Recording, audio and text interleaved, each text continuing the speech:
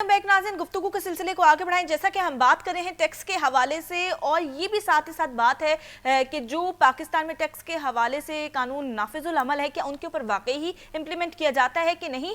मगर जो लोग टैक्स से जान छुड़ा के भागते थे और हमने यही देखा कि नॉन वायलर कहलाए, वहीं पे जो है इस हुकूमत ने काफ़ी सख्ती से निपटने के लिए उनके साथ शुरू में ही कह दिया था कि जो लोग टैक्स नहीं देंगे उनके साथ हम लोग सख्ती से निपटेंगे। मगर कुछ लोग ऐसे थे, कारोबारी शख्सियात, जिनका कहना यह था कि इतना ज्यादा टैक्स लगाया जाता है कि हम उसमें से बचाएं क्या और टैक्स क्या पे करें, हम अपने एक्सपेंस जो उनको ही मीट नहीं कर सकते थे। वहीं पे जो एक सेक्टर है, एफएमसीजी सेक्टर है, वहां पे विद होल्डिंग टैक्स जो है पहले 2.5 था, अब जो है वो कम करके 0.25 कर दिया गया है। और जो लोग इस काविश के अंदर जो है शामिल थे वो आज हमारे साथ टेलीफोन लाइन पे मौजूद है। जमील अहमद है, founder of distributor association of Pakistan है। बहुत शुक्रिया जमील साहब वक्त के लिए। जमील साहब, मैं ये जानना चाहूंगी कि आप लोगों ने इमाइमेंट करवाई है, आप लोगों की जो काविश है वो रंग ले आई है। जो टैक्स एक लगा हुआ था एफएमसीजी सेक्टर में, विद होल्डिंग टैक्स जो है 2.5 था, वो अब कम करके 0.25 कर दिया गया है। तो ये बताइएगा सर, ये जो मरहला आपने पार किया है इसके अंदर क्या क्या मुश्किलात का सामना करना पड़ा आपको? बिस्मिल्लाहिर्रहमानिर्रहीम। बहुत शुक्रिया, आपने मुझे मौका दिया अपनी पोजीशन को क्लियर करने का। इसमें गुजारिश ये है कि ये 2.5 जो था ये बड़े अरसे से चला आ रहा था जी। अब इसको हमने कोई डिपार्टमेंट के साथ कोई टेकअप किया हुआ था, कोई 2 साल से हम उसमें बार बार डिस्कशन में ये बात उनको रिलाई करवाई कि एफएमसीजी सेक्टर में बहुत हाई टर्नओवर होता है और इसके अंदर जो जो टैक्स है वो बात का जो डिस्ट्रीब्यूशन मार्जिन है वो 3% होता है, लेस देन 3% होता है।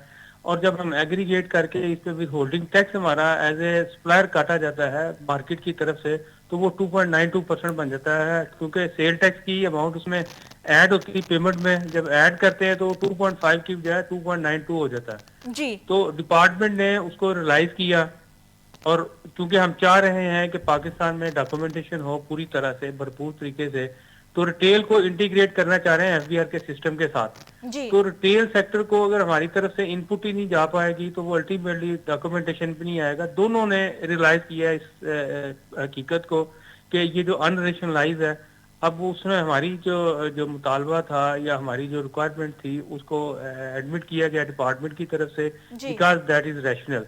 अब हम एक्सपेक्ट करते हैं कि हम खुले आम जो है ना वो जो सेल टैक्स इनवाइस नहीं दे पाते थे सेल टैक्स रजिस्टर्ड होने के बावजूद, बिकॉज उतना हमारा मार्जिन नहीं था जितना हमारा टैक्स कट जाता था। तो अब हम सक्सेसफुली जो पूरी मार्केट को फीड कर सकेंगे टैक्स के साथ, सेल टैक्स इनवाइस देंगे, उस पर हमारा विद होल्डिंग टैक्स जो कि हमारा मिनिमम टर्नओवर टैक्स भी है वो हमारी डिडक्शन होगी। हम हैप्पीली उसके लिए तैयार हैं और मैम हम एक्सपेक्ट करते हैं कि इससे गवर्नमेंट के रेवेन्यू में कमी नहीं वाकया होगी बल्कि इंक्रीज होगा, क्योंकि जो डिस्ट्रीब्यूशन एंड पे बात का ये होता था कि डायरेक्ट हम बराह रास्त प्रिंसिपल की इनवाइस दे देते थे, तो उसमें जो 0.25 हमारा विद टर्नओवर टैक्स जा रहा था वो भी गवर्नमेंट को नहीं जाता था।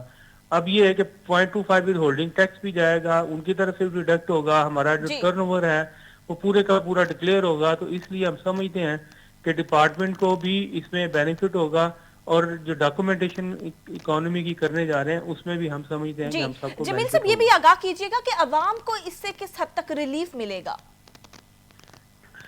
अवाम का जो है वो रिलीफ इसी कह सकते हैं कि ऑलमोस्ट उसको तो एज सच उसी तरह से चलेंगे, लेकिन ये है कि जो डॉक्यूमेंटेशन में जो गवर्नमेंट को रेवेन्यू जाएगा वो इंक्रीज होगा। जब गवर्नमेंट को रेवेन्यू जाएगा, इंक्रीज होगा, गवर्नमेंट स्टेबल होगी, तो डेफिनेटली उसका जो फर्क असर है वो आम आदमी पे भी आएगा।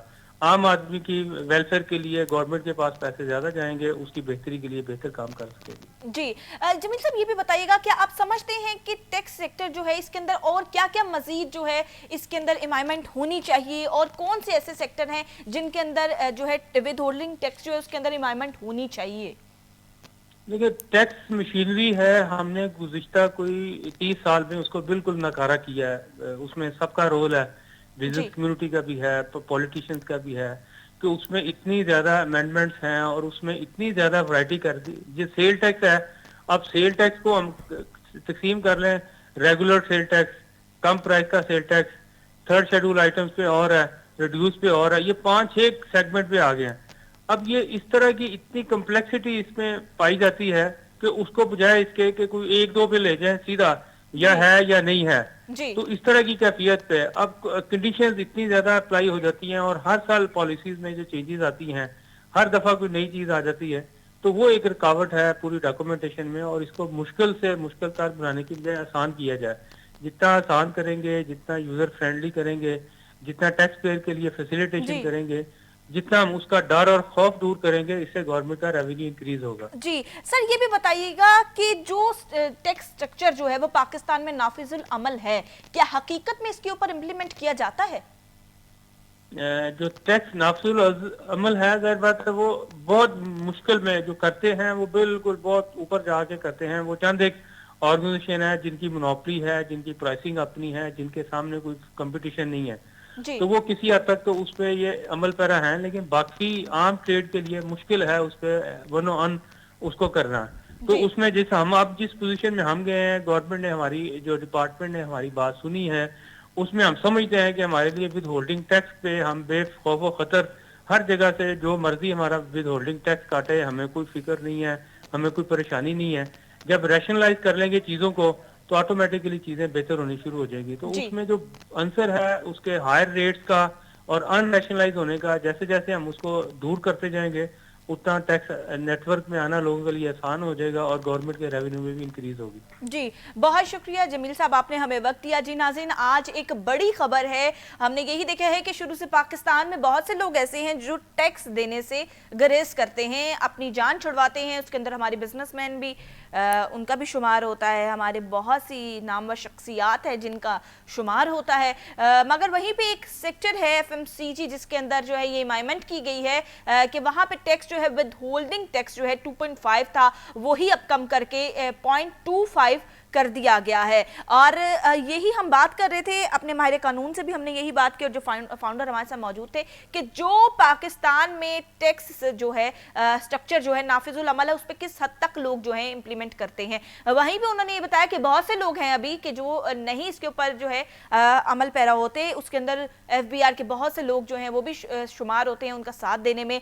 और जो अब ये अमेंडमेंट की गई है टैक्स पे, जो टैक्स की कमी की गई है, क्या एफबीआर के जो कंसल्टेंट हैं पहले के इतने अरसे से सो रहे थे, क्या अगर उन्होंने उस चीज के ऊपर पहले थोड़ा नजरसानी की होती, थोड़ा नजर दिखाई होती वहां पे, तो कितने जो है कितनी बचत होती उस सेक्टर को। और हमेशा से यही रहा है कि हम लोग दूसरे को सिर्फ कोसते आए हैं कि हम लोग जो है दूसरे से जो है पे करवा दे, खुद हम लोग जो है वही के वो ही करें जो हमारा दिल करे। तो ये बात नहीं होती, क्योंकि पाकिस्तान में ज्यादातर वही निजाम चल रहा है, दूसरों को नसीहत खुद मियां फजीहत। बहुत से ऐसे जो नामवर शख्सियात है दूसरों को टैक्स पे करने का कहती हैं, मगर खुद जो है वो कितना पता चलता है तो नॉन फाइलर वो लोग होती हैं।